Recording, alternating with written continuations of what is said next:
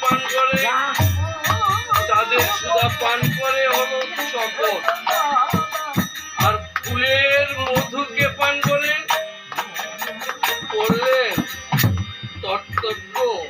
কেন? অমর, স্থূল, প্রবর্তক, সাধক, সিদ্ধি,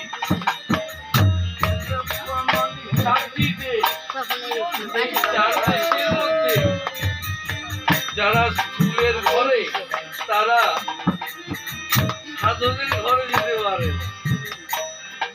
প্রবর্তনের ঘরে যেতে পারে, তাই না? তাহলে তাদের সুধা পান করে যেমন চকর, চকর ফুলকে বললেন ফুলের মধু আছে তোর, আমার আছে সুধা, আমরা গোবিন্দ সবাই লাগতে চাই।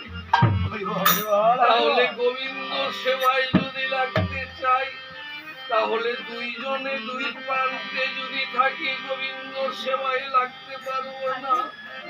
তাহলে একই কাজ করি, কি কাজ?